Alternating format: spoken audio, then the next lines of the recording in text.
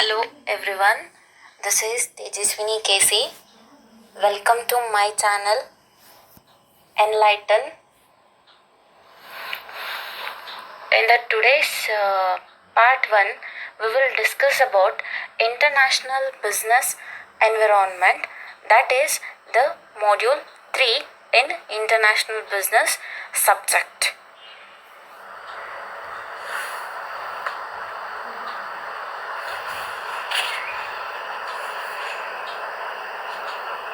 It is part 1. So let us first we will start up with the introduction to international investment process and finance. The first question arises that why actually the firms need to establish the businesses at global level, right?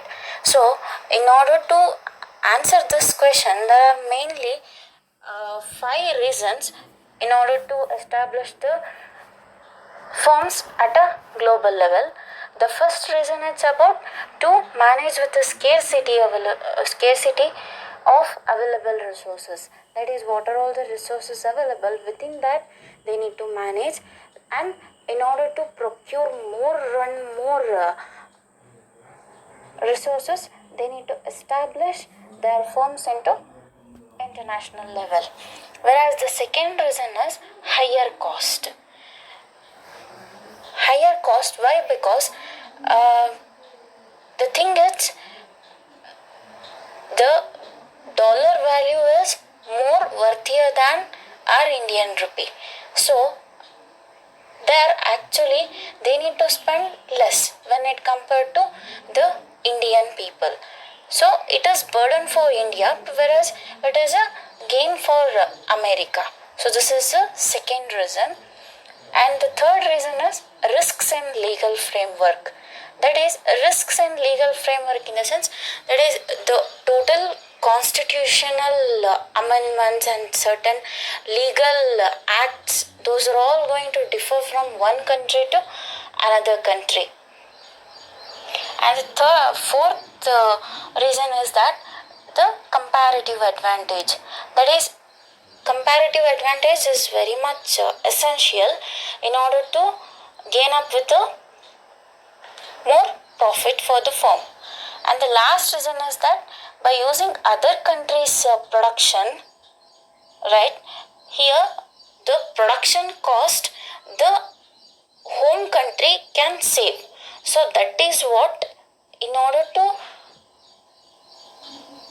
enhance the country's production, they need to establish their firm at a global level. And here the internationalization of a firms, like in all the firms it is going to be happens. Like if you take an example of negotiation itself, the negotiation, it's a memorandum of understanding between the two countries, that is on the basis of bargaining level. Okay. And when it comes to knowledge or education wise, the IIT and IIM institutes, people will learn there and they will migrate to another country for to get more and more benefit for them, right? So based on these all the factors, the international investment process and finance, which is very much essential part in each and every business firms.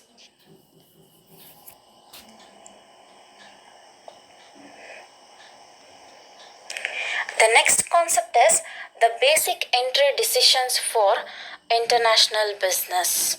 That is, while entering into international business, what are all the factors or what are all the entry decisions they need to make as an investor. The first entry decision is which foreign market. That is, which foreign market in the sense in which country they need to establish their business. That is, before establishing the business, first they need to make an analysis of pest. That is, best analysis is political, economical, social, technological analysis they need to make. Why the political analysis need to be done? In the sense, government, it need to be constant for us up to certain period, then the stable of the economy will more powerful. So that is what the political analysis need to be done. And the second thing is economical analysis. That is, economic analysis, why they need to, as an investor they need to make, in the sense, that is, the different countries will have different kind of systems. That is, mixed economy, capitalism economy, and social economy, and Karl Marx economy. Like these kind of a different kind of a mixed systems are there. Okay, and the third is social analysis. That is, socio-cultural environments, like based on their national culture and their religion and their caste, creeds, these kind of things. That is, emotional attachments they, as an investor, he need to make. And the last analysis is technological. That is, the innovative technology, how it can be implemented in that particular country. If we invested, how best we can establish the connection with the particular country, that need to be analyzed by the investor. So this is the first basic entry decision as an investor they need to make. The second entry decision is the timing of entry. That is, timing of entry, which means nothing but there are three kind of mover advantages are there. That is, first mover advantage, second mover advantage, and the third mover advantage. So in the first mover advantage, he is the superior and he is not having any much competition, and he is the pioneer in that particular field. That is, we can call as the monopoly market. Okay, and here he will get more benefits, that is, more profit he will get. And if the investor entered as a second mover advantage, then they need to make a burden with competition. And if an investor entered as a third mover advantage, then cumulative competition will be there. That is, cumulative in the sense, competition among competition. So that is what, if the investor entered into the particular economy as a first mover advantage, then he will be the pioneer and he will get more benefit as well. Okay, this is second entry decision. And the third entry decision is the scale of entry. That is, the scale of entry, which means nothing but the magnitude or the size of entering the business into particular country. That is, the firm it need to enter with a large scale, or the firm it need to enter with a medium scale, or the firm it need to enter with a small scale. Okay, these are all the basic entry decisions in order to enter into the international business.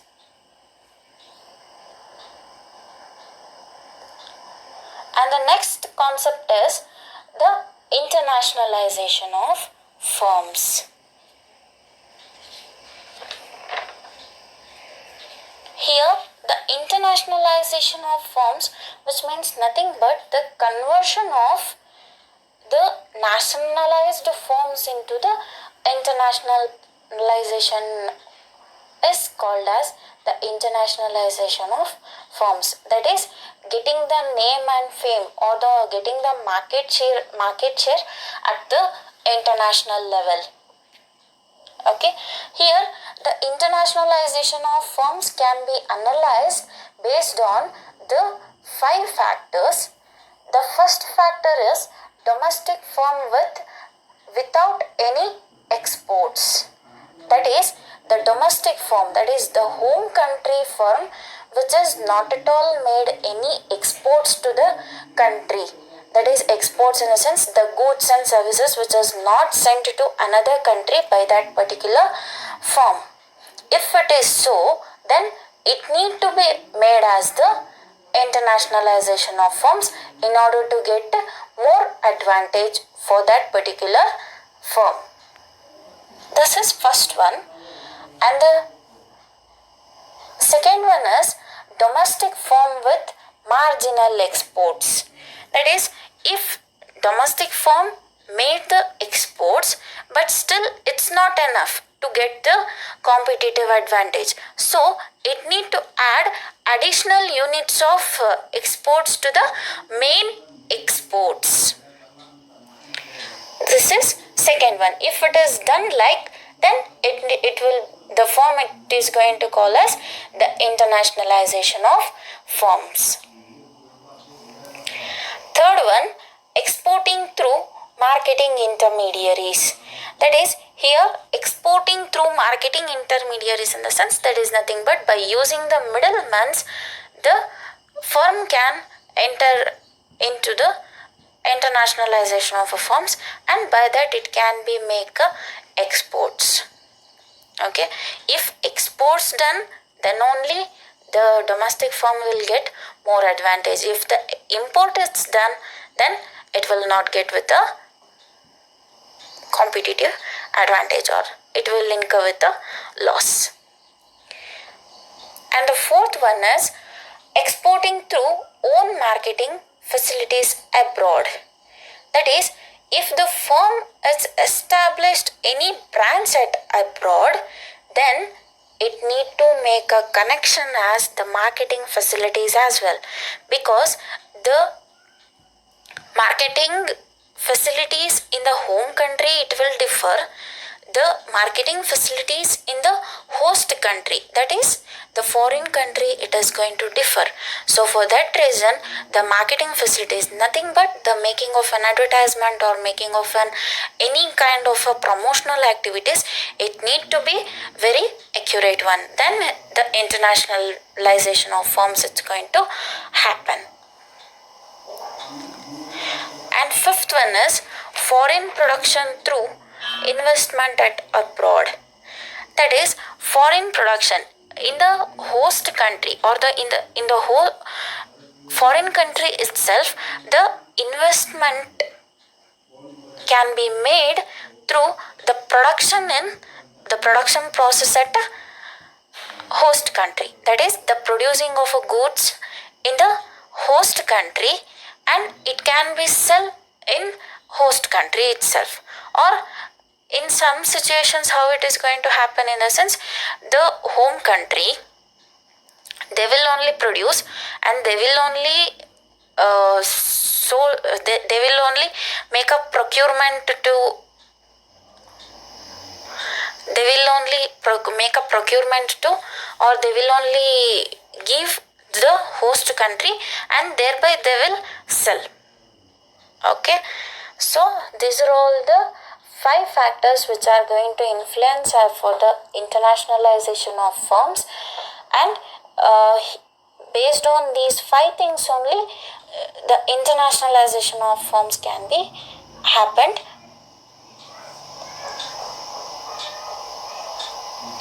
And the next concept is corporate life cycle theory. This corporate life cycle theory, it's very one of this theory basically explains the evolutionary stages through which a company passes in the process of internationalization. That is, evolutionary stages in the sense there are 5 stages in this theory, and here in this theory, the one question will come whether the firm it need to survive or it need to get a sustainability. Whether survivability or sustainability. Okay, so why this question will arise in this corporate life cycle theory in the sense survivability. If the firm entered into internationalization, that is international, at an international level, if the firm entered in the sense, then it need to get a survive. and after that it need to be get sustainability for the longer period of time, then it is going to call as the good form, or otherwise it is going to call as a one of the degraded form. So that is what here in this theory the main question will come, either survivability or sustainability. And here this survivability and sustainability can be done through the continuous or the perpetual succession. Based on the continuous efforts only, this theory can be going to analyzed. Okay, here in this theory I already said the 5 stages will come. The first stage is opportunism. Here opportunism means wherever the opportunities will be there for the investor, he need to or she need to grab for those things. That is to make profit in any way it may be, but it need to be in a legal way. They can be procured with those kind of things and they can proceed further. Okay, that is in opportunities, like for example, if it is a perfect market situation, in that the monopoly market it's there, that is Patanjali. Best example, it's a monopoly, but now it's not there because Ayush already came. When Patanjali entered, it was the monopoly and they get the more benefit when it compared to other products. So like the investor, he need to or she need to make a opportunities, because opportunities will not be created by any other. We need to create the opportunities.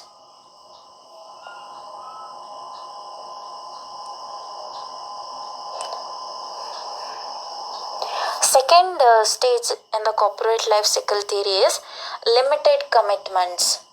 That is limited commitments, which means nothing but the constraints or the problems which are associated with the particular firm production. That is it may be associated with a factor of production or the level of operation or the size of business or any other country's limitations.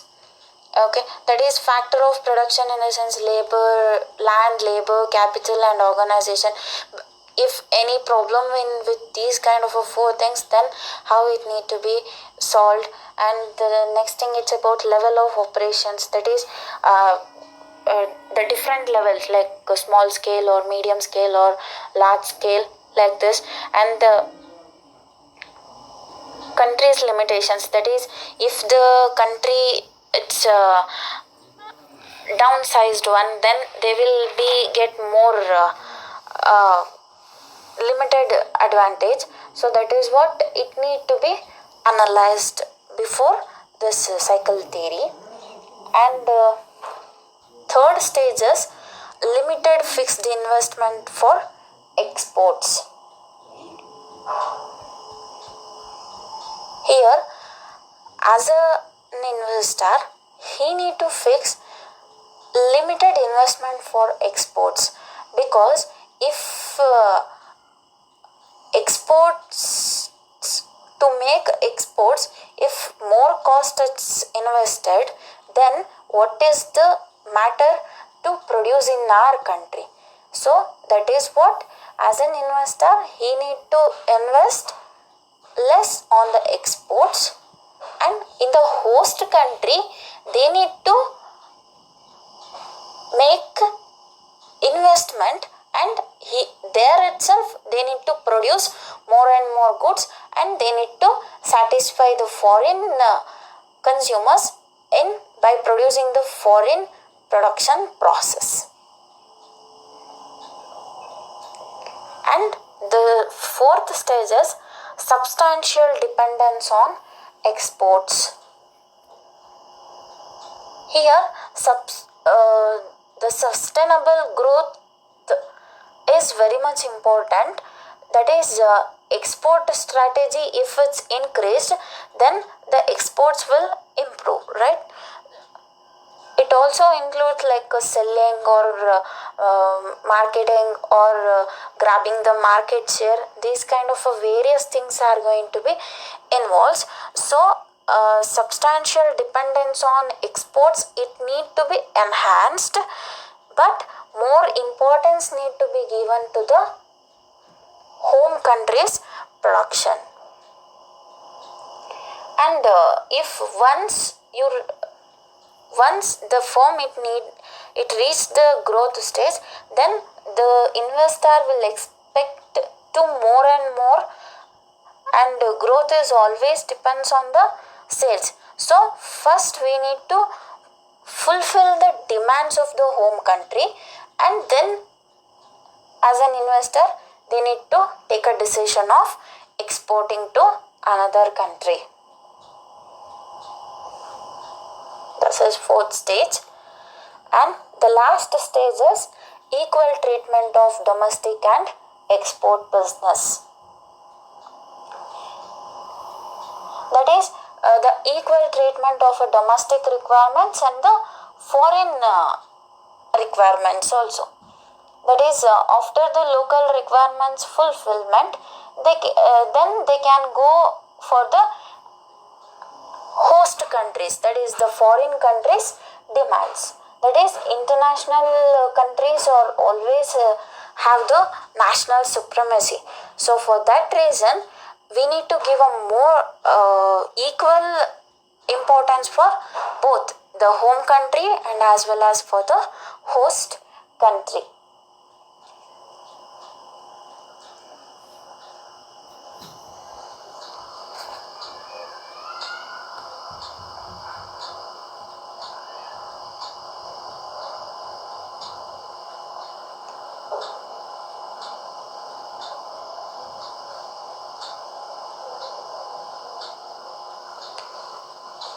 Here, the main limitation of this corporate life cycle theory it will be going to take up with a limited risk.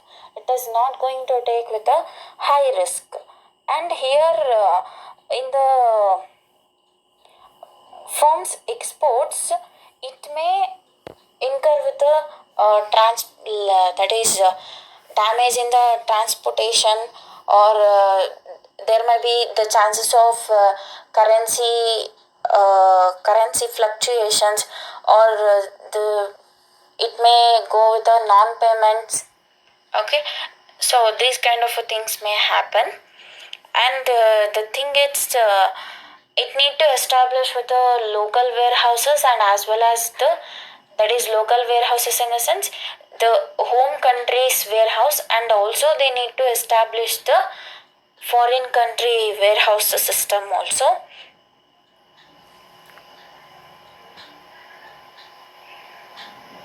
So these are all the basic disadvantages of this or limitation of this theory. So overall, this corporate life cycle theory, it is going to give up with a more concentration on sustainability or the survivability. Based on these two aspects, these stages have been developed.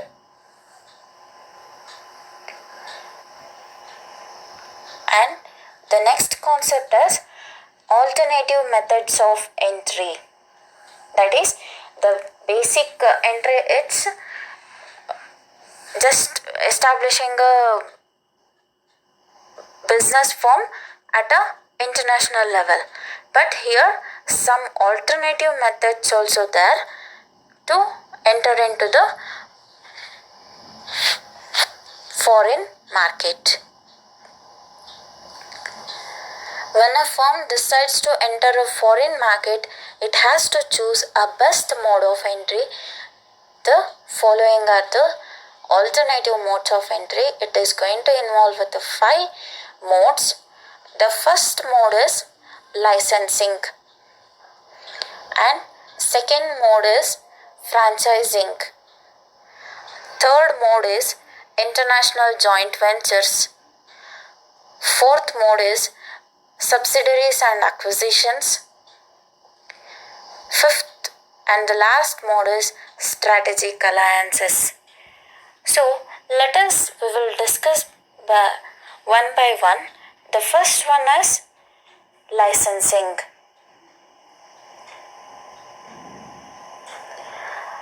Licensing is an arrangement whereby a licensor grants the rights to intangible property to another entity, that is the licensee, for a specified period for a fee. To put it into simply, one firm permits another to use its intellectual property for royalty. That intangible property, it is going to include patents, inventions, formula, processes, designs, copyrights and trademarks. Here, licensing is one of the arrangement or the agreement between the licensor and the licensee on the intangible properties only. And here the licensor will get certain fee, that is certain fee as a royalty. Okay, and it is licensing, it can be done only on the intangible properties only, that is the patents, inventions, formula, processes, designs, copyrights and trademarks. Okay, and here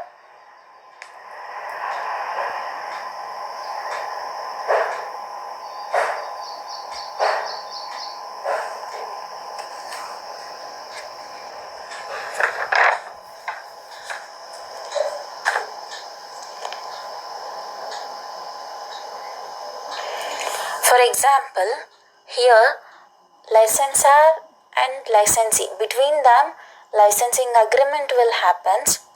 Okay, that is company A and company B will be there, and company A, that is licensor, he will get the license fee or the royalty consideration he will get. Okay, so the best example is Jaguar is a England company and they are the licensor, and whereas the Tata is an Indian company, they have taken the license to manufacture certain components of a Jaguar. Okay, and they are going to export those components to England, and thereby they will make the final car production of Jaguar. This is first example. And the second example is Microsoft is a American company, licensor, and Canon is a Japan company. Okay, so here Microsoft and Canon made an agreement of license, that is Canon is going to choose certain products of Microsoft, that is in order to make a printouts or those kind of things we will use up with the Microsoft Windows. So we will take a printout in Canon only. Most of them will use the Canon printers. So that is what the license they have taken. Okay, and another example, the best example is the paddy machine. Okay, everyone will not have the paddy machine, that is the rice converting machine. So some of them will take that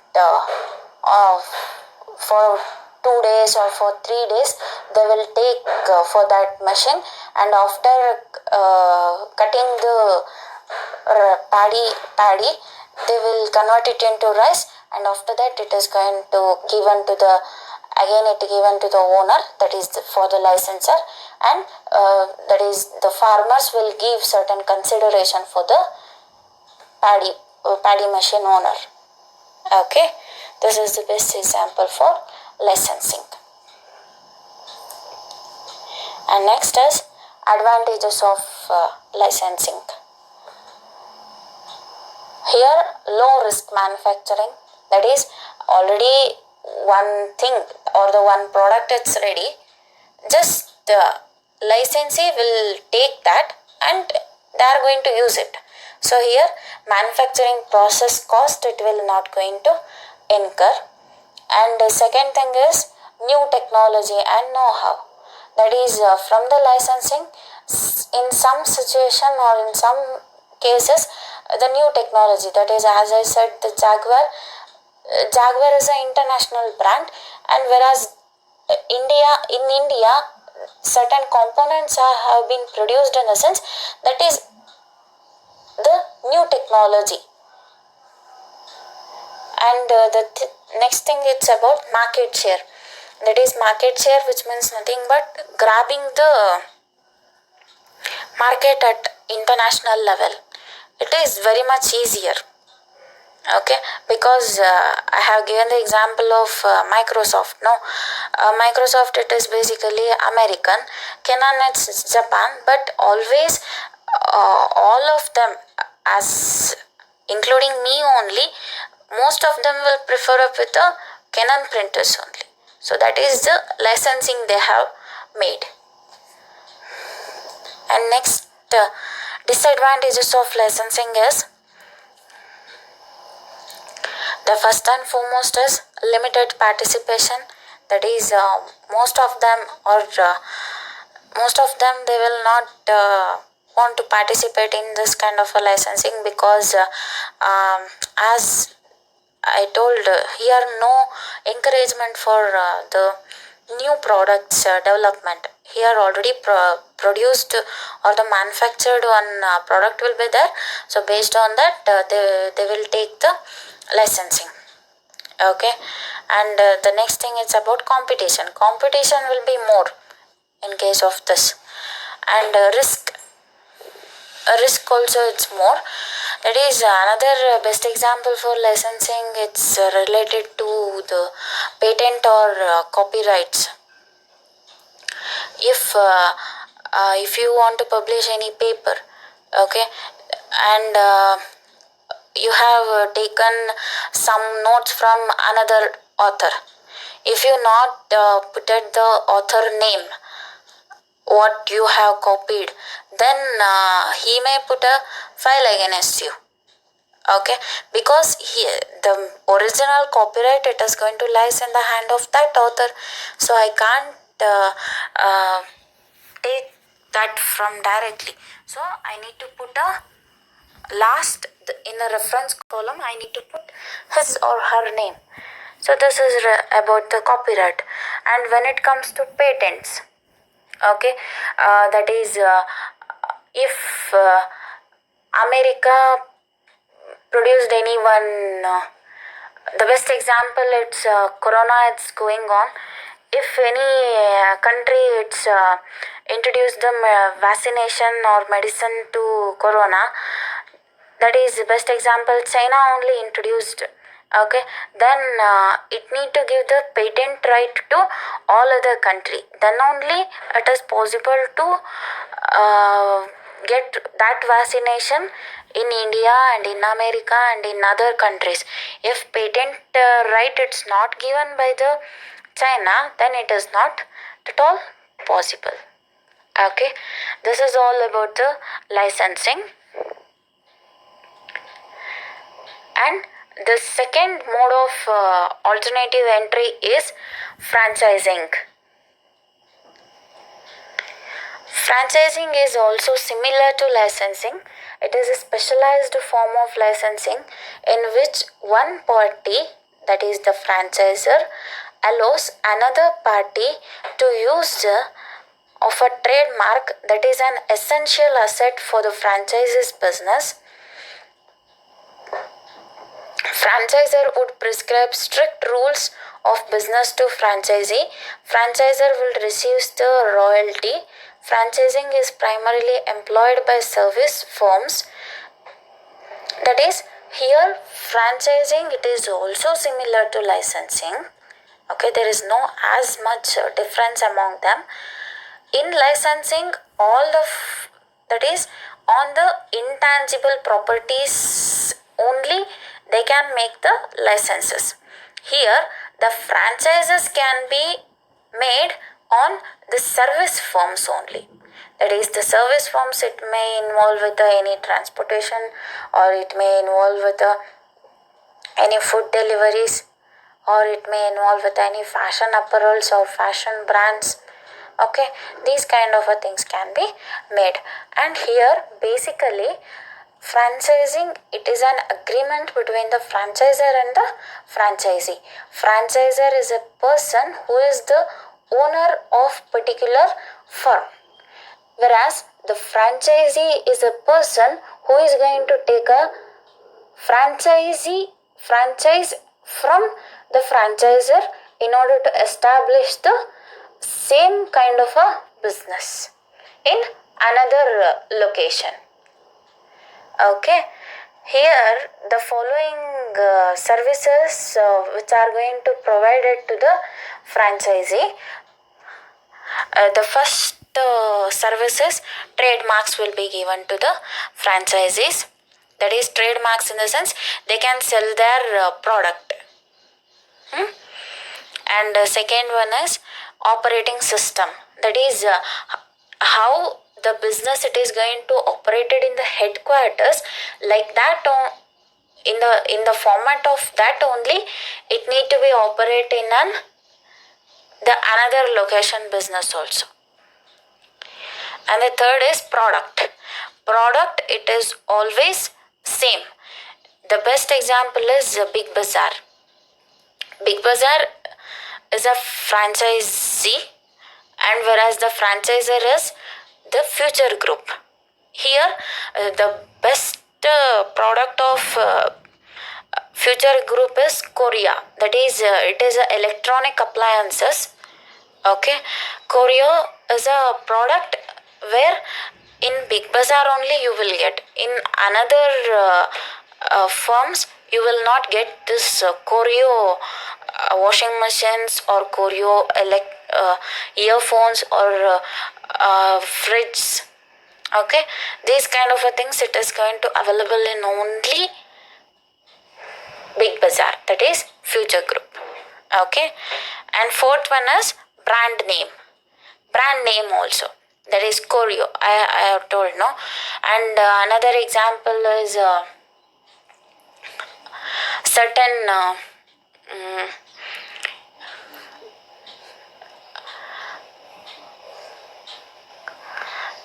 certain name of a product that is prescribed by the Future Group. That kind of branded groups only they are going to put in, and those kind of things only sold in the Big Bazaar. And examples for franchising. The best example it is McDonald only. McDonald actually located headquartered at Chicago, that is America. This McDonald is founded by Richard and Maurice Donald, and here the franchisee it is taken all over the world for this. Okay, for India, how it is came in the sense, when McDonald was introduced to our India, in that actually certain beef contents were there, beef and pork contents. So as an Indian peoples, we are not going to consume those kind of things. Okay, beef and pork we will not consume with that. So they, after certain days, the McDonald it is taken a fall. So for that reason it has founded the reason that India is a very traditional country, so we need not to use up with a pork or beef content in consuming of food. So they have made slight change, and they have introduced with a veg and non-veg, that is meat only acceptable in that. Okay, know the contents of beef and pork it is going to involve. Okay, and this McDonald it is have a very strict rules regarding the franchisee locations, that is regarding menu, cooking methods or staffing policies or design and location of a restaurant. Okay, And the next example is the Future Group. I have told in trademarks only. That is actually Future Group is an Indian conglomerate company. That is conglomerate company, which means nothing but it is having a multiple brand line segments. Founded by Kishore Biyani, and it is headquartered at Mumbai only. So Future Group is a franchisor and the Big Bazaar is a franchisee. Okay. Here are the advantages of franchising. For to franchisor in the sense he will get the expansion. That is the more business will be established. That is more line of a business segments will be established. And legal consideration. That is legal consideration in the sense if the more branches have been opened, then he will get more considerations as well. That is deduction in income tax. These kind of advantages he will get. And to franchisee, the employment level at a local it will be going to enhance. And for franchisee also the expansion it is possible. In our Davangere only one Big Bazaar. In metropolitan cities many Big Bazaars are there. There is 2 or 3 Big Bazaars will be located at different locations in the sub branches only. Okay, not in headquarters. And the last thing is about training. That is all the training formats it is going to be done through with the franchisee only. It is also going to done. And disadvantages in the sense to the franchisor, the overall control will not be going to lies in the hand of franchisor, because the franchisee can change his rules and regulations for certain extent. So the full control is not possible in the hands of franchisor. Okay. And to franchisee in the sense the price, that is the price quoted by the main headquarter and the price quoted by the sub branches, it may vary sometimes on certain products. Okay. And the next thing is about conflicts, how it will be going to improve in the sense that is only certain brand only need to sold in that particular shop. So if these kind of things are it's going to happen, that is if you see in most of the malls and all, in most of shopping malls or in any supermarkets or hypermarkets, the only branded items we will get there. So based on these kind of things, the consumer may make certain conflicts on the people, that is on the business form. Okay, this is all about the franchising. And the next mode of entry is international joint ventures. International joint venture is a very common and relatively durable mode of entering the foreign market, and international joint venture involves creation of a firm by an association of 2 or more otherwise independent firms. Here joint ventures, how it is going to happen in the sense the 50% control it is going to lies in both the firms, whether it may home countries or whether it may host countries. Okay, here both are independent firms only, not a dependent ones. Example for this joint venture is that is if you take an example of two-wheelers itself, Hero Honda, now it is separated, but before it is known as the Hero Honda only. Okay, Hero is an Indian company, Honda is a Japan company. Okay, 50-50 percentage of a control is there between both the firms. Okay, but now it is not the joint ventures, it is now separate. Next is Maruti Suzuki. Maruti is an Indian brand. Suzuki is also Japan. Okay, and Yamaha and Mitsui. Yamaha is China, and this Mitsui is another foreign brand. So both India, they have entered as a joint ventures, that is Hero Honda and Maruti Suzuki. Okay, that is normally what in the sense, one of them among those joint ventures, it will be licensed local firm, that is Hero is Indian company and Maruti is also Indian company, like that. Okay, here just I have given an example, that is company A and company B. Okay, so these two will be become as a related parties.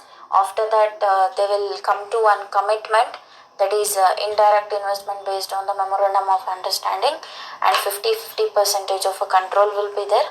So if it has happened, then we will call it to as the joint venture. Okay, here Yamaha is a China company, Mitsui is a Japan company. They have both agreed and they became a related parties, and after that commitment they have made, that is 50-50 percentage of control. So then the joint venture it became. And in the similar way, Hero Honda, Maruti Suzuki. Okay,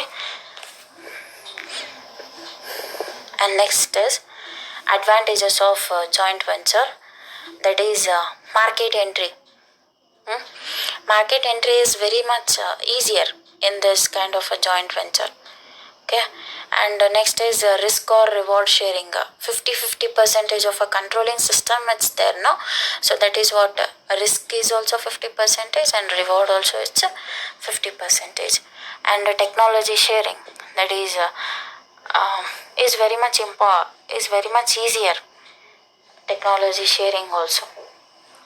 And joint product development, that is Hero Honda that developed and Maruti Suzuki. These kind of a joint product development is very much easier in case of joint venture. Okay, next is legal compliance or consideration, that is legal compliance or consideration in the sense if any matters related to legal. Okay, it may differ in India and it may differ in Japan. Okay, but there is no such problems will come because it is a joint venture and it will be easier only. Okay, and next is disadvantages of joint venture, that is conflicts. There will be a more chances of conflicts if once misunderstanding came means. Okay, and here of course individual recognition is not at all possible if joint venture agreements have been made between the two firms, and in this joint venture one of them need to be from the home country domain. Okay, this is about the joint venture. And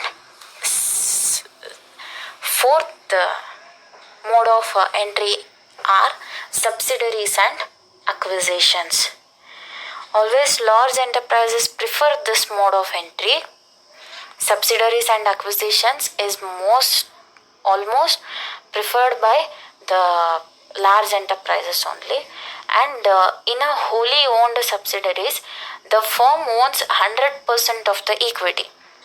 Okay, if it's a wholly owned subsidiary company, then it will be going to control of the 100% of equity.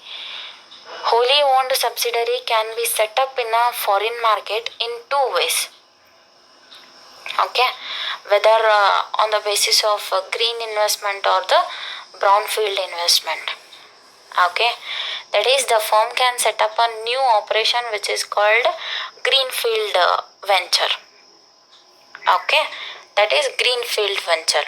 If a new operation is started by the firm, then it is going to call it as a greenfield venture that need to be established in a foreign market itself, not in a home market.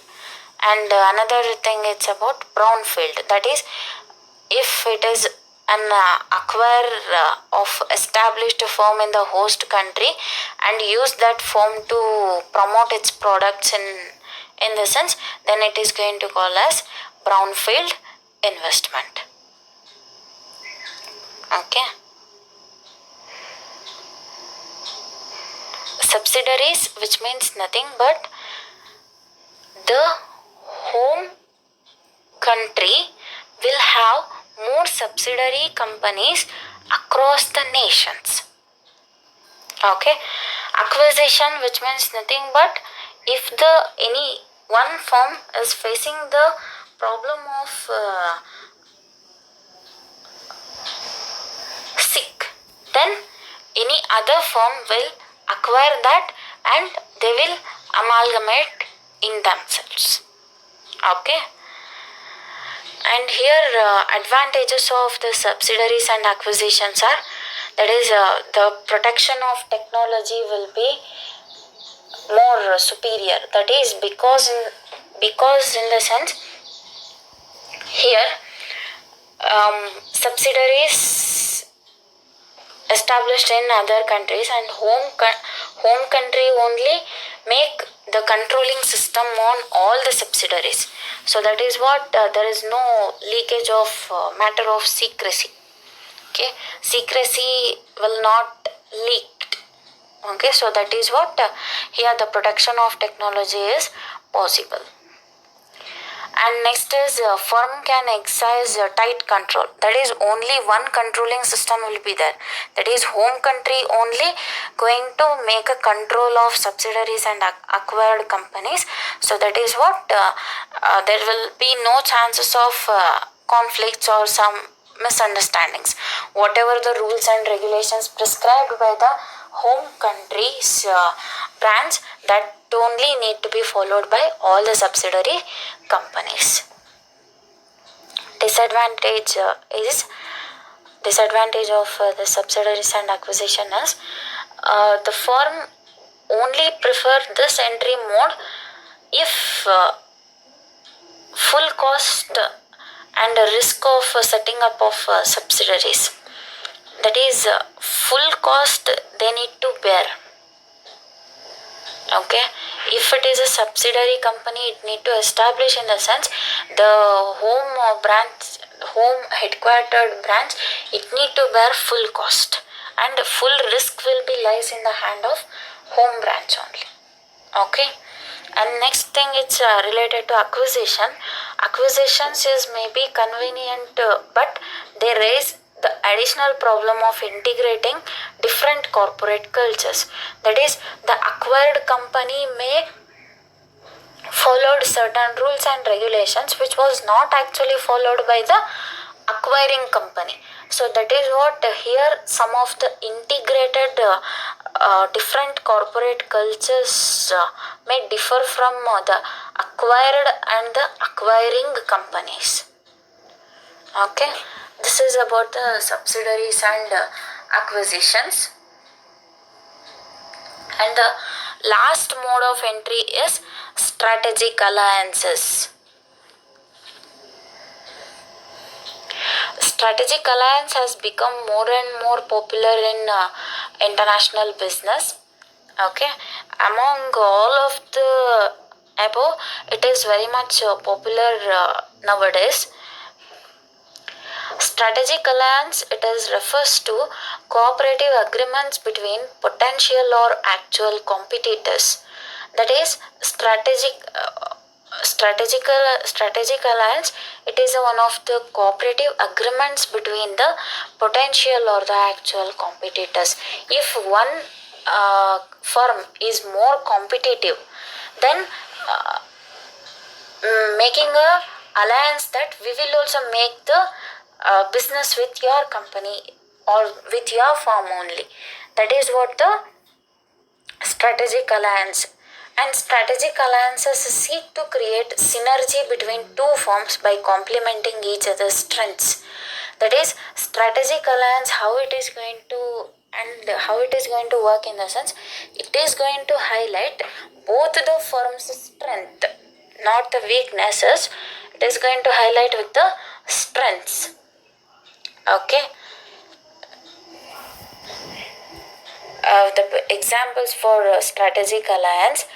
The first example for strategic alliance is Uber and Spotify. You may know about the Uber, that is, it is an American national company, American multinational company, and it is going to provide with the cabs facilities across the globe, bike, food delivery system, chain, every kind of a business that is going to be done.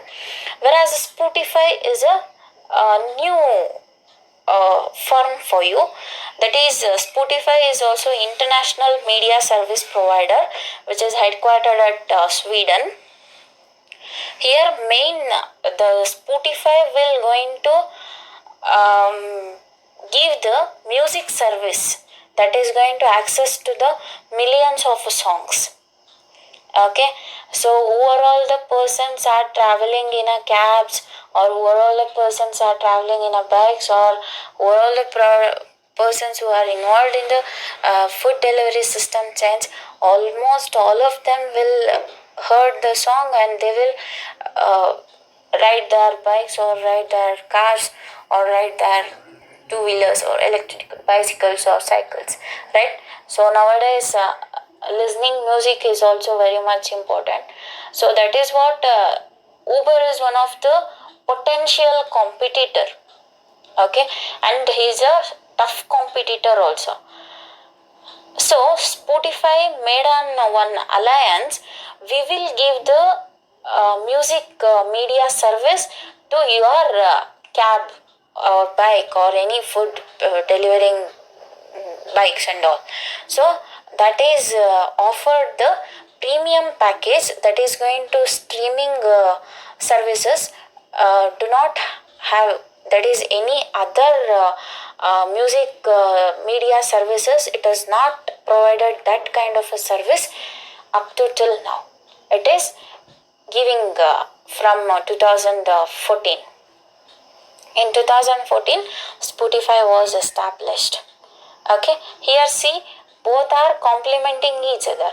Uber's strength is cabs, bikes, and food delivery, whereas Spotify is going to give it a millions of songs to listen. That is, if we listen the song, then we will get a refreshment, right? So that is what here the Uber and Spotify strategic alliance. Okay, and next is the Google and Luxottica. Google, if we didn't know anything, we will just search at one tip of button, at one tip of finger, that is Google. If we make that, we will get everything, right? And it is a very huge potential competitor for all kind of firms, right? And whereas this Luxottica is a very popular brand of fashion and eyewears. Okay, and it is also included the brands of Ray-Ban and Oakley. Okay, Google is basically provides the technology matters, whereas Luxottica, if we are using Google, some eyewears fascination will be there. That is anti-race glasses. They are going to some of them will wear those kind of things. So that is what they have made an one alliance, that you provide the services of technology, and we will protect the eyes of the your viewers. So that is what it is, the one alliance which is made by the Google and Luxottica. Okay, and here the basic one advantage of strategic alliances are being used for many different purposes by the partners involved. It may be used for enter into a foreign market. Here see, this is Sweden and American multinational company have become one alliance. Okay, So that is Google also in America, and Luxottica is also very popular brand. They have made an agreement and they have established their business at a foreign market. Okay, so here it is more easier to make alliance. And one disadvantage is the firm has the risks of giving away technological know-how and market access to its alliance partner. That is, here the technological know-how, that is know-how in the sense nothing but it is also one of the intangible property, right? If any mistakes happened or any conflicts happened, then there may be chances that they may withdraw their alliance, and by that the competitor company may fall in the risk, or in another way they may stop to provide the services. That is, the another party, if it stop the services, then getting the market access is very much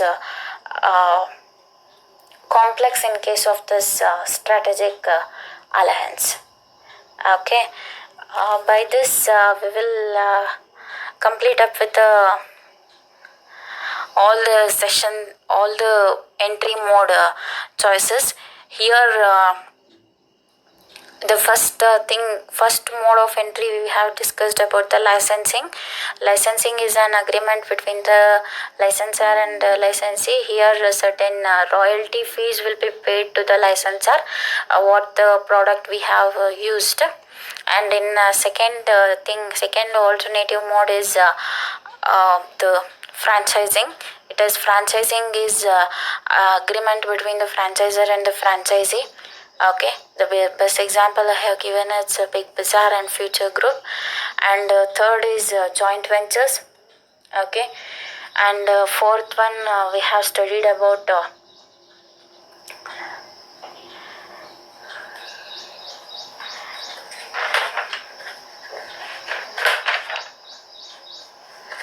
subsidiaries and acquisitions.